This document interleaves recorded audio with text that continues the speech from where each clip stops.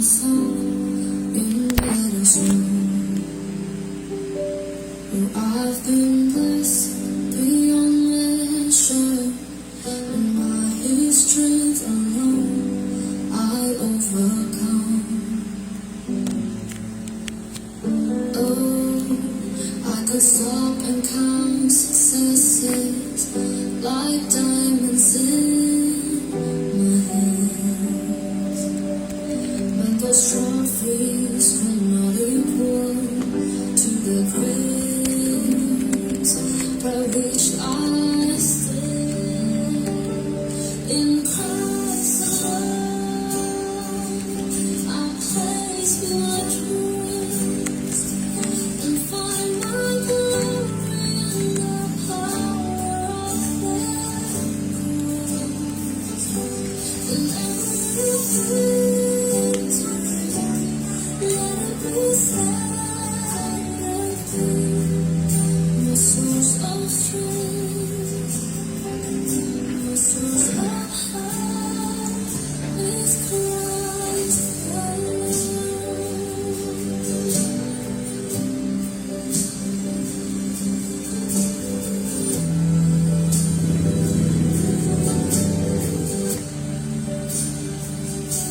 In Christ alone do I glory, for only by His grace I Magandang gabi po sa inyong lahat.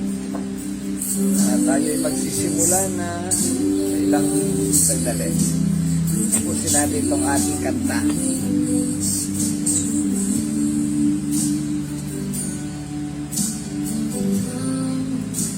I sing a greater honor than just to know and to come against the losses through the glory of my Lord. In Christ alone, I place my trust and find my glory in the power of that cross. In every victory, let it be said of me, my source of strength, my source of help, in Christ alone, I place my trust and find my glory. Okay, magandang gabi po sa inyong lahat. Saglit lang po.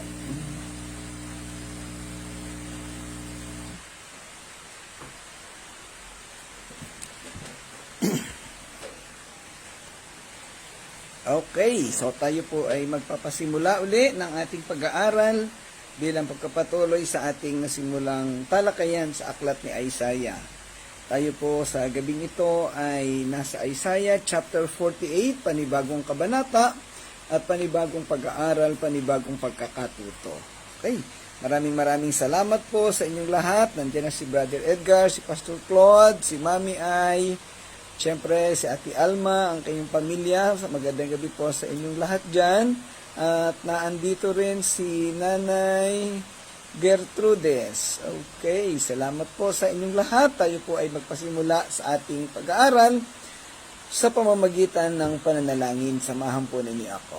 Ama naming Diyos, Panginoon naming Ama, muli po kaming nagpapasalamat, nagpupuri sa iyo sa napakagandang gabi na ito na ibinigay mo sa amin upang kami patuloy na makapag-aral, patuloy na matuto sa iyong mga salita.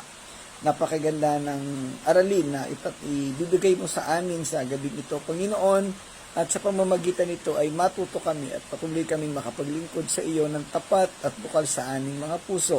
Samahan mo kami at gabayan, Panginoon. Pinapagkatiwala namin sa iyo ang lahat ng ito, Ama, sa pangalan ng Panginoong Hesus. Amen. Okay, so maraming salamat nga pong uli sa inyong lahat. Kagaya ng nabanggit ko, tayo ay nasa Kabanata 48, panibagong talata ng kabanata ng aklat ng Isaiah. So bilang pagpapasimula, ang kabanata pong ito ay panibagong aralin. Katatapos natin kagabi ang chapter 47 at sa chapter 47 ay tinalakay natin ang isa pang pamamaraan ng mga huwad na pagsamba o huwad na gawain ng mga Babilonya. Particularly tumukoy doon sa okultismo o yung mga pamahiin sa ating kapanahunan ngayon, witchcraft o kung ano-ano pang mga bagay na gawain na kanilang inaasahan, subalit hindi ito naging kalugod-lugod sa Panginoong Diyos dahil ito ay kinapapalooban ng paghingi ng pag-asa sa espiritu na hindi sa Diyos nagmumula. Sa ating kapanahunan, ito ay laganap, kagaya ng mga panghuhula o pagpapahula, ang mga pamahiin, yung pagpapatawas, o yung mga sinasabing nababalis, o kung ano-ano pang mga gawain, na pawang alam nating lahat na hindi ito nagmumula sa Panginoong Diyos. Ngayon, ang isang tanong na kailangan nating sagutin at magkaroon tayo ng isang sagot sa bawat ito. Maraming nagtatanong, totoo daw ba yung mga kulam? Totoo daw ba yung mga multo o yung mga aswang? Related kasi yung mga bagay na yan. Totoo ba yung balis? Totoo ba yung mga hula-hula? Actually, ayon sa Biblia, lahat po yan ay totoo. Kasi lahat po yan ay nangyayari sa mundo at ang lahat ng iyan ay mula sa kapangyarihan ng dyablo. Pero tayo bilang mga mananampalataya, hindi ito dapat na makita sa atin. Hindi natin ito dapat ginagawa. Hindi tayo dapat umaasa o nagkakaroon ng anumang kapirasong partisipasyon sa mga bagay na ito. Dahil ito ay hindi nagmumula sa Panginoong Diyos. Ang isang pinakamalawak na nangyayari sa kapanahunan ngayon, yung mga pamahiin, o kaya yung mga paghula-hula. So, ayan. So, hindi na ito dapat na nangyayari sa ating buhay mananampalataya. At doon sa tinapos natin na kabanatang 47, yan ang idiniin ng propeta Isaiah na karaniwang ginagawa ng mga taga-Babilonya at nahuhumaling din ang mga taga-Israel o mga Israelita. Ay, magandang gabi, Nanay Epi. Salamat po sa inyong pagsama sa gabing ito. Okay, ang kabanatang 44 naman ay pagkapatuloy ng mahabang talakayan sa aklat ni Isaiah. Ito po ay hanggang chapter 66. At meron pa tayong natipirang 22 kabanata. Ang kabanatang ito ay naglalagay ng mensahe ng Diyos para sa lipi ni Jacob, ang bayan ng Israel, sa konteksto ng kanilang nalalapit na pagkatapon sa Babilonya, na hinuhulaan ng kanilang pagliligtas sa pamamagitan ng hintil na si Haring Cyrus. Itinatampok ng kabanata ang mahabang kasaysayan ng paghihimagsik at pagsuway ng Israel. Gayunpaman, nagpapakita rin ng soberanyang kaalaman ng Diyos, napakalawak ng pasensya at ang kaniyang layunin na dalisayin o linisin sila sa pamamagitan ng pagdurusa para sa kanilang sariling kaluwalhatian. So ito ay isang natural na tema o common na tema ng aklat ng Isaiah, yung paghatol o pagbibigay ng parang kaparusahan sa Israel, pero ang dulo ng lahat ng ito, ang layunin ng Diyos sa lahat ng ito ay ang pagtuturo sa kanila kung ano ang nais ng Diyos na gawin nila o pamamaraan na kanilang gawin sa kanilang pamumuhay. Ayan. Ang napakahalaga at napakaganda na dapat nating makita sa Panginoong Diyos sa pamamagitan ni Propeta Isaiah sa mga bahaging ito ay ang napakagandang layunin ng Diyos sa buhay ng mga Israelita. Sila ay hinahayaan ng Diyos na makaranas ng kahirapan, ng mga kabigatan. At ang layunin ng Diyos sa pamamagitan ng pagkaranas ng kahirapan na ito ay matuto sila, maunawaan nila ang kanilang mga ginagawang pagkakamali o ang kanilang mga ginagawang pagkukulang sa Panginoong Diyos. At sa pamamagitan nito, magbago sila, baguhin nila ang kanilang mga pag-uugali, pananaw, at matutunan nila ang tamang pagsamba sa Panginoong Diyos. So, ganun din ang tinatalakay dito sa kabanatang 48. Dito ay tinatawag ng Diyos ang Israel na umalis sa kanilang pagsamba sa mga Diyos-Diyosan at manumbalik sa Kaniya. Ano nangangako sa kanila na tunay ng kapayapaan at kasaganaan kung makikinig lamang sila sa Kanyang salita at susunod sa Kanyang mga utos. Ipinapakita dito ni Propeta Isaiah na walang sinuman o anuman na makapagbibigay sa kanila ng kumpletong kapayapaan at kasaganaan maliban sa tunay na Diyos. Yung kanilang mga okultismo, yung kanilang pag-asa sa mga bituin, o yung kanilang pagsamba sa mga Diyos-Diyosan, ito'y walang magagawang anumang mabuting bagay sa kanila. So, sinasabi na Propeta Isaiah, nakalimutan na nila ang gawain na ito. At sa halip, sila'y manumbalik sa Diyos at sa Diyos lamang humanap ng mga bagay na makatutulong sa kanilang buhay. Kasama na ang paglaling sa pagkakilala sa Diyos. Ang kabanatang ito ay naglalaman ng ilang mga mahalagang tema. Una ay ang propesiya ng paglaya. Ipinapahayag ng Diyos na sa pamamagitan ni Isaiah ay na ililigtas niya ang kanyang bayan mula sa kanyang nalalapit na pagkabihag sa Babylonia sa pamamagitan ng mga aral. Kaya lang alam natin na sa katotohanan ay hindi ito nangyari. Dahil sa sobrang tigas ng ulo ng mga Israelita o ng particularly yung lipi ni Judah dahil sila ay nasa bayan ng Judah. Yan.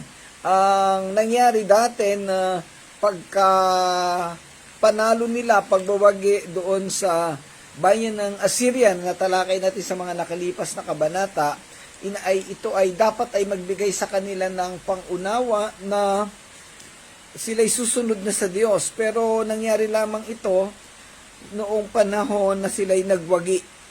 At pagkatapos ng ilang panahon ay nanumbalik sila sa kanilang ginagawang maling pagsamba.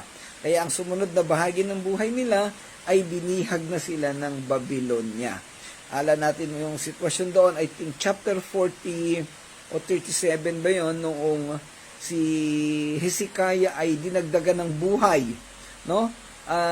Dahil siya ay nagkaroon ng karagdagan 15 taon, siya ay naging palalo. Ipinakita niya ang kayamanan niya doon sa mga bisita galing sa Babylonia. Subalit ang naging resulta nito ay sinakop ang kanilang bayan. At yun nga ang isang bagay na binabanggit din dito, yung kanilang pagbagsak sa Babylonia. Sa nakalipas na mga kabanata, napag-aralan natin na sila'y binihag na ng Babylonia at sila ay palalayain sa pamamagitan ni Haring Ciro. Tinatalakay pa rin sa talatang ito ang katigasan ng ulo ng mga Israelita. Sinaway ng Diyos ang bayang Israel dahil sa kanilang kawalan ng katapatan at katuwiran sa kabila ng kanilang mga pamana o mga ibinigay sa kanila ng Diyos. Well, ang katigasan ng ulo ng Israel ay simbolismo ng katigasan ng ulo ng mga mananampalataya sa panahon ngayon. Tinatalakay din dito sa kabanatang ito ang soberanya at pagtitiis ng Diyos. Grabe na ang naging pagtitiis ng Diyos upang mapangalagaan lamang ang kanyang bayan. At sa ating kapanahunan ay ganoon din. Napakalawak, hindi masusukat ang kontrol ng Diyos, ang kaniyang pagmamahal at pagmamalasakit sa mga tao. Sa kabila ng kabaitan ng Diyos, lahat na ginawa at ibinigay, simula pa ng panahong likhain ng mundo, pero ang naging tugon ng tao ay ang pagkakasala, ang pagsuway sa kanyang kautusan at pagtalikod sa kaniyang mga pamantayan. Kaya ito ay nagpapakita ng napakamaling pag-uugali ng mga tao. Ito'y nangyayari hindi lamang sa panahon ng Israel o ng lumang tipan, kundi higit sa ating kapanahunan ngayon. Nakakalungkot at talaga namang nakakadismaya. Pero ito'y sumusukat sa kalawakan ng pagmamahal at pagmamalasakit ng Diyos. Sa kabila ng lahat ng iyan, siya pa rin ang gumagawa ng paraan para tayo manatili na ligtas. Yung pagpapadala niya sa kanyang nag-iisang anak, ang Panginoong Hesus, ay isang malalim at tunay na kahalagahan o kaya ay pagpapakita ng kanyang pagmamalasakit sa tao. Again, tinatalakay sa talatang ito rin yung pagpipino o or purification at ang redemption o yung pagtubos. Tinatalakay dito kung paanong pinahalagahan ng Diyos ang kaniyang mga tao sa kabila ng mga katigasan ng ulo pa rin at mga pagsuway, pagsamba sa Diyos-Diyosan, na andun pa rin ang kaniyang pagmamalasakit sa mga tao. At nung kagaya ng nabanggit ko na kanina, yung pagpipino, pagpurify, ito yung sitwasyon na hinahayaan ng Diyos ang mga tao na makaranas ng kahirapan at kabigatan. At sa dulo nito ay ang pagtuturo ng Diyos. Ayan. Ito rin ay nangyayari sa ating kapanahunan. Kung meron tayong mga nararanasang mga mabibigat na bagay, mga problema, mga kapaitan at sakit, baka may gustong ituro sa atin ang Panginoon. Kaya mga kapatid, tayo po ay maging observant. I-assess natin lagi ang ating sarili sa mga bagay na ito para malaman natin kung ano ang kalooban ng Diyos. At sa huling bahagi, ang kabanatang ito ay nananawagan ng pagsunod o pagpapanumbalik pa rin sa Diyos. Tinatawagan dito ni Propeta Isaiah ang mga tao na kalimutan na ang kanilang mga pagsuway, ang kanilang mga ginagawang kamalian o mga paglaban sa Diyos bago mahuli ang panahon. At sila'y manumbalik, manampalataya ng buo at kalingain ang mga kautusan na pinagkakaloob sa kanila ng Diyos. Okay, medyo hinihinga lang po ako kaya medyo nahihirapan lang. Okay, so kung ating ang kabanatang ito ay nagbibigay ng napakaraming aral at paalala sa ating lahat. Yung paalala sa mga taga-Israel ay nagsisilbing simbolismo upang tayo na makakabasa sa kasalukuyang panahon ay huwag natin silang gayahin upang tayo ay pumunta na sa tamang daan na kung saan masusunod natin ang Panginoong Diyos. Ang kabanatang 1 at 2 ay bilang panimulang pagtalata na ating pag-aaralan sa gabing ito ay nagsisimula sa pakikipag-usap ng Diyos sa Israel. Direktang nakikipag-usap ang Diyos sa Israel. Pinupunan niya ang kanilang mababaw na debosyon, mababaw na commitment, mababaw na pagtatalaga ng buhay. Yung sitwasyon na ang ipinapakita nilang kilos nila ay parang totoo sila. Parang totoong sumasamba, totoong nananampalataya. Pero alam ng Diyos na sa kaloob-looban ng kanilang puso, ng kanilang pagkatao, ay wala si Kristo. Hindi nila ginagampanan ang totoong pananampalataya. Parang ito yung buhay nating lahat ngayon. Na napakaraming tao sa ating kasalukuyang panahon na akala mo'y totoong Kristiyano, totoong mananampalataya. Pero mga hindi totoong nanampalataya sa Panginoon. Sa halip ay nag-enjoy lamang sa fellowship, na posibleng nakaranas ng pansamantalang pagpapala o kagandahan sa buhay, kaya sila ay sumunod sa Diyos at inakala nilang sila ay mga totoong mananampalataya na. Sa huling panahon ay malalaman nila kung anong level ng pananampalataya meron sila. It's either sila'y hindi makakasama sa rapture, o kaya kung sila naman ay, kung mauna ang kanilang kamatayan, ay palalayasin sila ng Panginoong Hesus at pagsasarahan ng pintuan at itatapon doon sa labas at kung saan mayroong nagngangalit na mga ngipin. So napakaraming mga talinghaga sa bagong tipan na tumutukoy sa mga bagay na yan. Yung Matthew 7 Matthew 25 at iba't iba pa. Sorry po. Ayan. Okay, so sa pagpapatuloy ng ating tinatalakay, ang mga talatang 1 at 2 ay kumikilala o kinikilala nila bilang mga mamamayan ng banal na lungsod. Kinikilala ng mga tao ang Diyos bilang mamamayan at kanilang Diyos. Ipinapakita nila na sila'y mamamayan ng Israel, na sila ay kabahagi ng lipi o ng lahi na pinili ng Diyos ipinagmamalaki nila ito sa kanilang paligid, sa iba't ibang bayan. Subalit, alam ng Diyos na sa loob ng kanilang puso, sa kaibuturan ng kanilang pagkatao, ay hindi totoo ang kanilang pananampalataya. False belief, false faith, at saka hindi ito nagbibigay ng anumang katatagan sa kanilang mga buhay. Mauunawaan dito at makikita na ang lahat ng bagay na ito ay walang magiging tagumpay dahil hindi nga ito totoo. At kagaya din sa buhay natin ngayon, hindi ko alam kung nakakaranas kayo ng sobrang kagipitan sa buhay o sobrang kahirapan o sobrang mga bagay na parang wala kang katahimikan, natatakot ka, wala kang kapayapaan o katiwasayan. So, lagi nating hingin sa Panginoon na ituro sa iyo ang mga bagay na gusto niyang ipaunawa sa atin. Kasi baka tayo ay nagkakamali sa ating ginagawa. Baka yung layunin ng ating buhay bilang mananampalataya ay hindi natutuong nakatuon sa Panginoong Diyos. Marami pong ganyan sa kapanahonan ngayon. Nagagandang magsalita, magagandang magpatotoo, talaga namang parang devout Christians, pero ang puso pala nila ay hindi totoo. Ayan, so atin pong mamaya sa ating pagtatapos sa pagtalakay nito ay lagi nating mababanggit sa mga susunod pa ring araw yung assessment. I-evaluate natin lagi ang ating puso at ating pananampalataya, kagaya ng ipinapagawa ni Propeta Isaiah sa mga taga-Israel. Okay, tunghayan natin ang talatang 1. Ang sabi dito, dinggin mo ito, o bayang Israel, kayong nagmula sa lahi ni Juda, sumumpa kayong maglilingkod kay Yahweh at sasambahin ang Diyos ng Israel. Ngunit, hindi kayo naging tapat sa Kaniya. Ayan.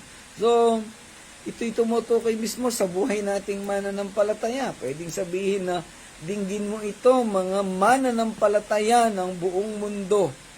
Kayo nagmula sa lahi na inalagaan ng Diyos, pinili ng Diyos, idinugtong sa Kanya.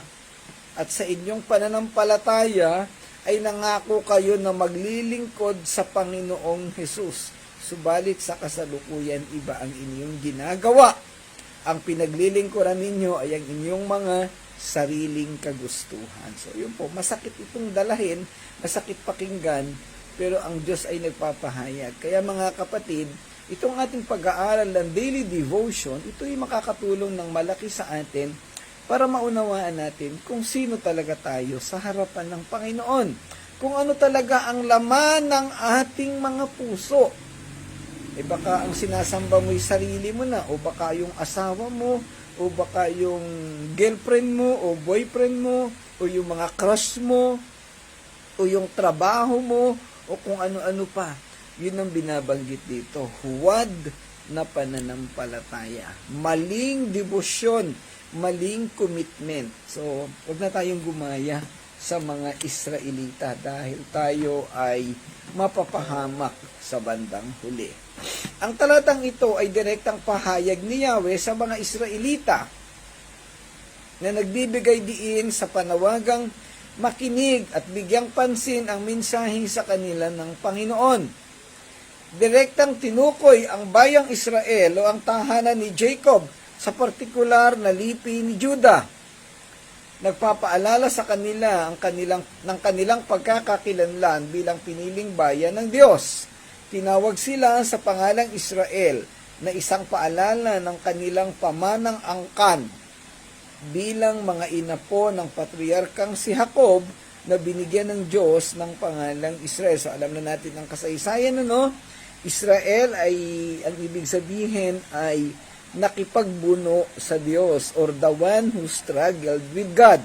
Isra or Ashra, ibig sabihin struggle. El, ibig sabihin ay Diyos. Ayan. Sa King James ay ginamit ang mga salitang tubig ng Juda or waters from Judah na tumutukoy sa lupain at sa mga tao ng Juda. Ang koneksyon na ito ay nagsisilbing paalala ng kanilang ibinahaging kasaysayan, kultura at espiritual na pamana bilang mga tao. ang mga Israelita ay inilarawan din bilang sumumpa na maglilingkod sa Panginoong Diyos. Subalit, hindi nila ito tinupad. Ito'y nababanggit naman doon sa Magandang Balita, Biblia. Ang sabi doon, sumumpa kayong maglilingkod kay Yahweh at sasambahin ang Diyos ng Israel, ngunit hindi kayo naging tapat sa Kanya. Parang nagsalita lang, nangako lang, pero hindi naman tinupad. Mga kapatid, sa panahon natin ngayon, napakaraming Kristiyano at mananampalataya na nangangako. Okay, gagawin ko ito, pagsisikapan ko ito, tutuparin ko ito, aayusin ko ang buhay ko, pero hindi naman nangyayari. Marami tayong salita, pero hindi natin nagagampanan. Bakit? Kulang tayo sa commitment o pagtatalaga ng buhay natin sa Panginoon. Bakit? Natatakot tayo na tayo'y maiwanan ng mundo. Bakit? Kasi sa mundo tayo umaasa. Nawa kapatid, hindi man masamang umasa sa mundo. Hindi naman, dahil tayo nakatira sa mundo pa rin manggagaling ang ating kinabubuhay at pangangailangan. Pero tatandaan natin, ang lahat ng iyan ay kontrolado ng Diyos. Ang lahat ng iyan ay nagmula sa Diyos.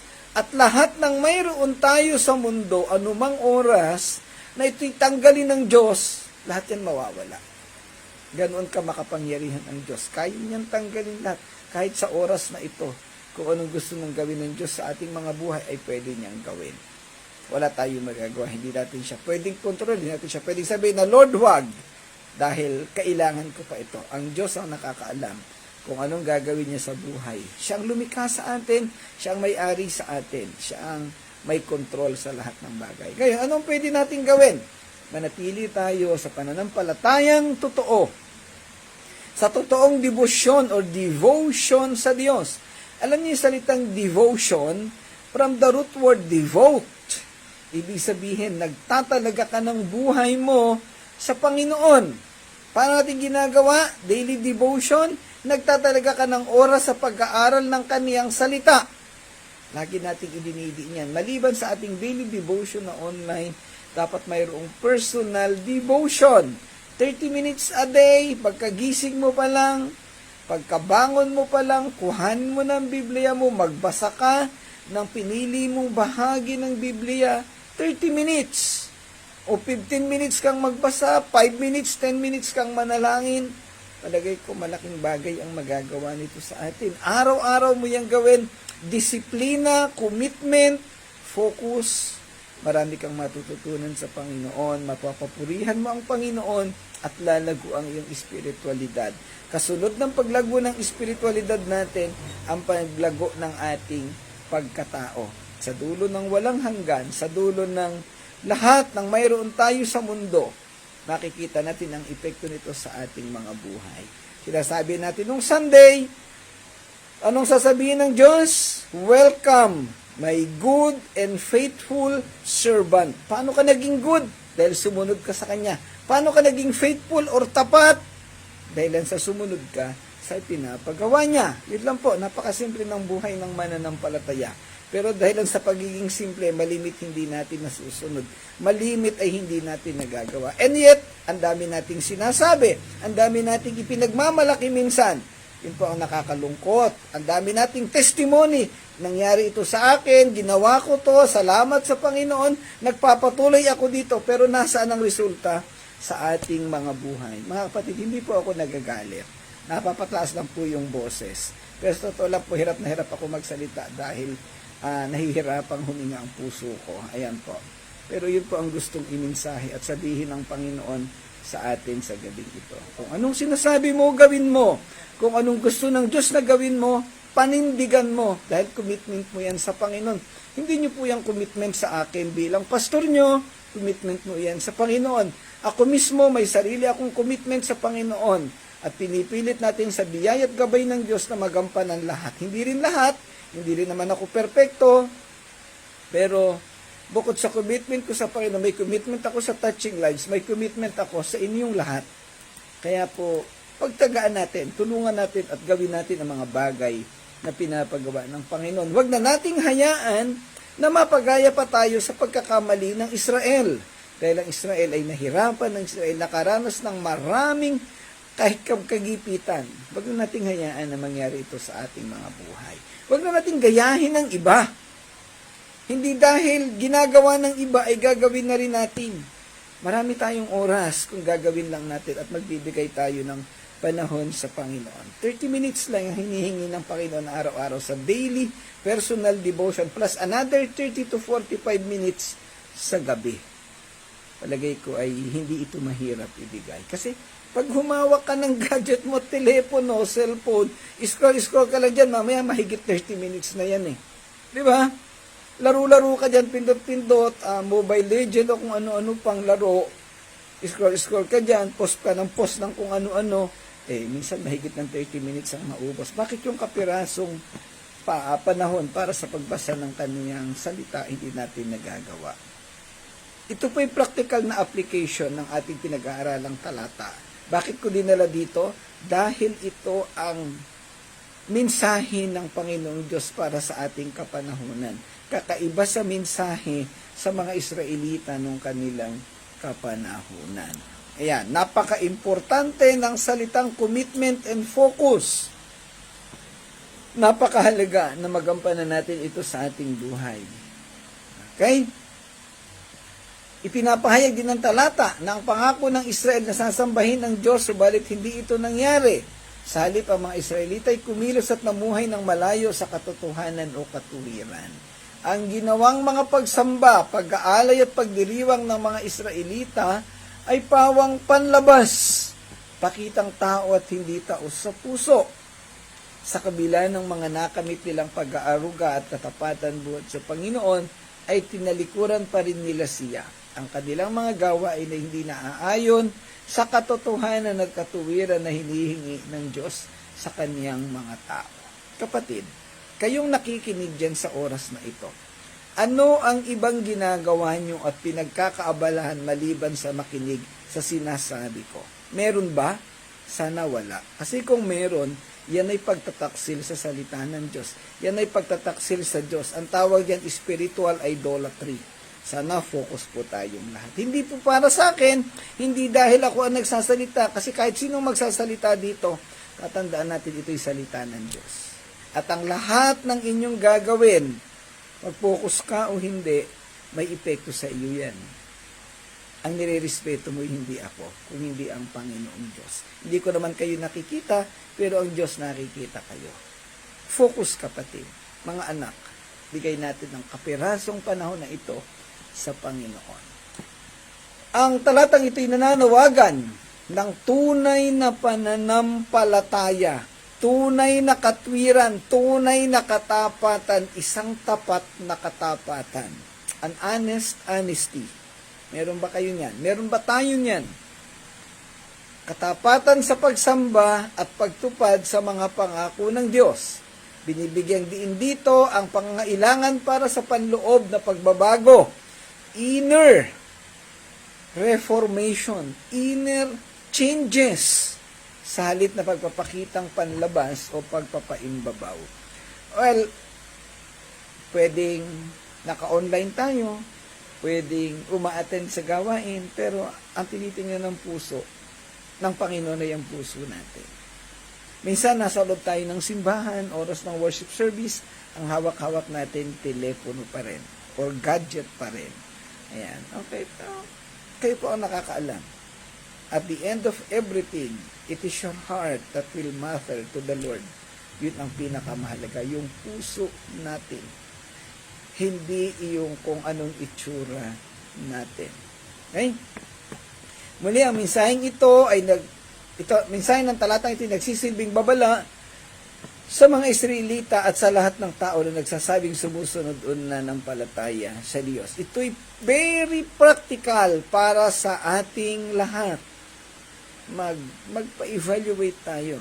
Psalms 139:22-24, search me, O God. Search my heart. Ngayon, pwede mong sabihin, Lord, ano ba itong ginagawa ko? Para sa iyo pa ba ito? Ito ay nangangailangan ng isang tunay na pagbabago ng puso at isang pangako na mamuhay sa katotohanan at katuwiran. Ang sitwasyong ito ay isang karaniwang sitwasyon sa panahon natin at ilang beses na nating nabanggit iyan. Sa talatang ito, si Isaiah ay naghahatid ng mensahe mula sa Diyos at nagpapaalala sa mga Israelita ng tunay na kalikasan ng kanilang kaugnayan sa Diyos. Sino ka ba talaga sa harap ng Diyos? Ano ba talagang kaugnayan natin sa harap ng Diyos? Individual, personal, kapatid. Tanungin mo sa sarili mo. Hayaan mong sumagot ang puso mo. Ano bang kaugnayan ko sa Diyos? May relasyon ba ako sa Panginoong Jesus? Depende kung anong sagot mo. Yan ang magiging kapalaran ng buhay mo sa dulong panahon. Pag ang sagot mo yes, positive yes. Pag no, negative, pero pwede mo pang baguhin. May oras pa. Baka mamaya mag-rapture na, at least bago mag-rapture, ibigay mo ng buong buo ang buhay mo sa Panginoon. Establish the relationship. Kilalanin mo muli ang Panginoon. Ibigay mo ang buhay mo sa Kanya. Hindi mo kailangan tanggapin ng Diyos. Ibigay mo ang buhay mo sa Kanya at kilalanin mo siya. Ito'y isang mensahe na humahamon sa atin na pag-isipan ng ating mga aksyon at saloobin at kilalanin ang pangangailangan para sa tunay na pagsisisi at pagpapanibago. Repentance and reformation. Ang talata ay nagsisilbi ng isang panawagan na humihimok sa mga Israelita na talikuran ng kanilang pagpapaimbabaw at bumalik sa isang tapat at tunay na kaugnayan sa Diyos. Tayo ba'y nagpapaimbabaw pa sa harap ng Diyos? Ipinagmamalaki ba natin ang mga bagay na ginagawa natin? Gawin na lang natin kung ano ang tama. At ating ipakita sa Diyos kung gaano tayo katotoo sa Kanya. Talatang 2. Ipinagmamalaki ninyong kayo'y nakatira sa banal na lungsod at kayo'y umaasa sa Diyos ng Israel. Ang pangalan niya ay Yahweh na makapangyarihan sa lahat. Actually, ang tema nito, ang mensahe nito ay ganito rin. Ayan. Okay, magandang gabi. Napadaan si kapatid Ivan Padre. Salamat at nawa ay makinig ka sa aming pinag-aaralan. Posibleng hindi ka sanay, kapatid, sa ganitong mahabang pagtalakay, pero pagtiyagaan mo dahil ito'y makakatulong at nawa ay mapadaan ka lagi at manood ka lagi sa pag-aaral na ito, ikaw at ang iyong pamilya. Ang talatang 2 ay nagsasalita tungkol sa pagpapaimbabaw at maling pagtitiwala ng mga tao habang ipinapahayag niya na sila ay bahagi ng banal na bayan ng Israel at umaasa sa Diyos. Subalit sa katotohanan ay iba ang kanilang ginagawa o nakikita ng Diyos sa kanila. Hindi sila tunay na namumuhay ayon sa Kanyang kalooban. Sila'y pawang mapagpaimbabaw, mapagmalaki, at pinipilit ipakita sa tao na sila'y mananampalataya, Kristiyano o born again. Pero ang puso nila ay malayo sa Diyos. Kapatid, uulitin ko, assess your relationship. Assess your faith. Everything matters. Lahat ay pwedeng mabaliwala kung wala tayong uunahin na relasyon sa Diyos. Yun ang pinakamahalaga sa lahat. Ang pangunahing tema ng talatang ito ay konsepto ng tunay, tunay na pananampalataya at pagsunod sa Diyos. Inaangkin o ipinagmamalaki ng mga tao na sila'y bahagi ng banal na lungsod, ang Jerusalem, at umaasa sa Diyos ng Israel. Ngunit ang kanilang mga aksyon ay hindi nagpapakita ng ugali, pagkilos at pamumuhay ng isang tunay na pananampalataya. Ito po'y mga Israelita. Sana wala sa ating ganito. Pero ang totoo, napakaraming nagsasabing mananampalataya. Sa iba't ibang simbahan, na marami na akong pinanggalingang simbahan, halos lahat ay ganyan. Doon sa seminar namin last week, direkta kong sinabi sa kanila, 80% of churches in the entire Philippines ay hindi totoong nananampalataya sa Panginoon. At sa loob ng isang church, 80%, more than 80% ng tao na sumisigaw, umaawit, pumapalakpak ay hindi totoong born again Christian. Nakakalungkot po. Hindi po ako humuhusga, pero base sa karanasan ko, at pwede nating tanungin isa-isa, pumulot kayo ng 100 nagsasabing born again Christian, baka wala pang 15 ang totoong Kristiyano at mayroong relasyon sa Panginoong Hesus. Nawa po tayong lahat na naandito sa sitwasyon na ito ay kasama doon sa 15 na tao. Nawa, may totoo tayong pananampalataya sa Panginoon. Mga kapatid, hindi po ako nagdududa sa inyong pananampalataya. Wala po akong karapatan na magduda dahil Diyos lang ang nakakaalam kung ano ang totoong laman ng puso ninyo. Pero ito pong sa aking sinasabi, ito'y payo bilang pastor nyo, bilang lingkod ng Panginoon. Napakarami ko nang nakilalang mga tao na ang gaganda ng sinasabi, aktibo sa gawain, tagapanguna pa sa mga gawaing maliliit or small group, cell group, pero ang puso nila ay hindi totoo. Nabanggit ko sa inyo nung Sunday, yung mga kasama ko sa conference ng 1 linggo, 10 taon na, 20 taon ng pastor, lingkod ng Panginoon, and yet hindi pala totoong born again Christian. Nakakalungkot. Diba? Anyway, si John Wesley, nabanggit ko rin sa inyo, napakahabang panahon nang nagpipreach, nagbabahagi ng gospel, and yet hindi pala siya totoong nanampalataya pa sa Panginoon. Muli, ang talatang ito'y nagsisilbing babala sa mga tao sa Israel na nagpapaalala sa kanila na ang tunay na pananampalataya ay napapatunayan sa pamamagitan ng pagsunod at tunay na debosyon sa Diyos sa halip na walang laman na pag-angkin at maling pagtitiwala. Hindi mo natin mapapatunayan na totoong Kristiyano tayo sa pamamagitan lang ng salita, sa pamamagitan lang ng testimony, ng prayer request o ng pasasalamat. Ito'y dapat na makita sa ating pagkatao, yung totoong binago ng Diyos, binagong pagkatao. 2 Corinthians 5:17. Okay? And Galatians chapter 5, 22 to 23. Okay? Malaki ang papel na ginagampanan ng simbolismo sa talatang ito. Banggit na natin na ang mga pahayag sa Israel ay simbolismo, foreshadowing. Para saan? Para sa ating buhay o nabubuhay sa kapanahunan ngayon. Dahil tayo ang nakakabasa ng kasaysayan ng Israel, ito'y nananatiling sariwa para sa ating mga buhay, para hindi na natin gayahin ang kanilang naging buhay. Para tayo magpatuto, magkaroon ng totoong pananampalataya sa Panginoon. It is an urgent call para sa ating lahat. Baka mamaya o bukas bumalik na ang Panginoon. Hindi natin alam. Better be ready. Be watchful. Magbantay. No? Naalala ko yung parables of the 10 fools o the 10 virgins. Di ba? Lumabas, nagbantay para abangan yung lalaking ikakasal, and yet wala pala silang langis na pampailaw doon sa kanilang lampara. Ano ba yung sinisimbolismo ng langis? Holy Spirit. Pananampalataya. Kaya nung dumaan na yung Panginoong Hesus, dumating na yung lalaking ikakasal, simbolismo ng Panginoong Hesus, hindi sila nakasama kasi hindi sila Kristiyanong totoo. Sa huling bahagi ng kabanata na yon, I think Matthew 25, search nyo na lang ano yung particular na verse, kumakatok yung babae, yung ilang babae doon na nawalang langis. Pero nung sabi sa kanila, hindi ko kayo kilala, magsilayas kayo. Ayan, so dyan kayo sa labas. Ang sakit nun, ano? Matthew 7, 21 to 23. Darating ang panahon, sasabihin mo, nangaral ka, naggumawa ka ng milagro, o kung ano nung ginawa mo para sa Panginoon, pero sasabihin ng Diyos sa'yo, lumayas ka sa aking harapan, kailanman ay hindi kita nakilala. Di ba, ano?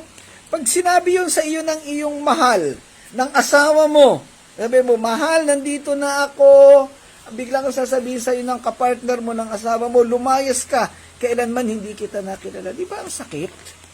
Di ba, palalayasin ka, ay paano na kung Diyos pa ang magpalayas sa iyo? Di ba, lalong masakit yon? Kasi buhay na walang hanggan na yon. Nga kapatid, pahalagahan natin, no? Pahalagahan natin. Sana kilala natin ang Panginoong Diyos. Sana kilala tayo ng Diyos. Ayan. So, ayun po. Tutuloy tayo. Baka marami akong masabi na hindi na akma. Ang ugali, gawain at pamamaraan ng mga Israelita ay binibigyang diin ni Propeta Isaiah bilang simbolismo at paglalarawan ng paalala sa mga tao sa kasalukuyang panahon. Yan ang binabanggit natin kanina. Sa liwanag ng mga simbolong ito, lalong lumilitaw ang pagkukunwari ng mga tao sa pamamagitan ng pag-aangkin na sila'y sa banal na lungsod at umaasa sa Diyos ng Israel. Pinagtitibay ang kanilang katapatan sa Diyos. Gayunpaman, ang kanilang masuwayin at espiritual na pangangalunya ay sumalungat sa kanilang mga sinasabi. Inalantad nito ang kanilang maling pagtitiwala at kawalan ng tunay na pananampalataya. Lagi tayong magpasaliksik sa Panginoon. Maraming mga spiritual idolatrous. Ibig sabihin, Kristiyano daw, sumasamba daw sa Panginoon, pero nangangalunya, nagtataksil sa Diyos. Kasi ang nakikita sa itsura nating panlabas ay totoong Kristiyano, pero ang laman ng puso natin ay hindi totoo. Adultery po yan, pangangalunya yan, at galit na galit ang Diyos. Kasi ang sabi sa 10 kautusan ay sa Diyos ka lamang sumamba. Meron doon parang commandment number 2 ba yun? O number 1 and number 2. At ang sabi doon sa 2 utos ay mahalin mo ang Diyos ng buong puso, ng buong kaluluwa, ng buong pagkatao mo. Sorry, medyo mali-mali yata yung mga salita na binanggit ko, pero yun naman ang tema ng kautusan na iyon. Buong buhay, buong isip, buong kaluluwa. Kaya nga lagi nating sinasabi, it's not 99.99. Hairline difference. Okay, tatandaan niyo po yung mga words na yan dahil napaka-importante niyan. Sa aklat ni Hosea, propeta Hosea, si Hosea ay propeta na inutusan ng Diyos na magpakasal sa isang bayarang babae. Prostitute. Bakit? Sinisimbolismo kasi ng bayarang babae ang Israelita. At si Hosea ay simbolismo ni Kristo ng Panginoong Hesus. No? Dahilan sa pagmamahal ni Jesus, minahal niya ang mga tao na nagtataksil sa Kanya. Tinubos ng Kaniyang dugo. Ganun po ang pagmamahal ng Diyos sa atin. Kaya mga kapatid, siguraduhin natin totoo ang pananampalataya na mayroon tayo.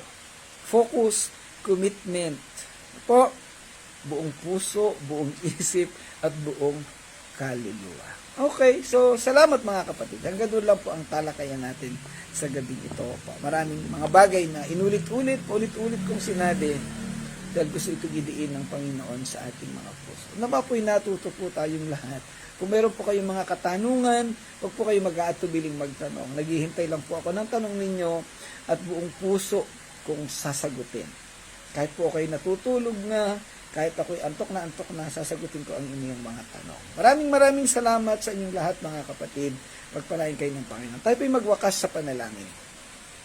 Ama naming Diyos na dakila, sa lahat, salamat po sa gabi ito, sa katatapos naming pag-aaral. Salamat sa naging talakayan, sa mga karunungan na pinagkaloob mo sa akin, sa paggamit mo sa akin, sa pagpapaliwanag ng mga bagay na ito. Dalangin ko, Ama, ang mga kapatid sa iba't ibang dako na nakakonek sa aming talakayan. Ito po ang magpala sa kanila, bigyan mo po sila ng puso na bukas, nagpapa-assess, saliksik sa iyo at nakikita at nauunawaan ko anong kahalagahan ng tunay na pananampalataya, ng commitment, ng pang-focus sa iyo.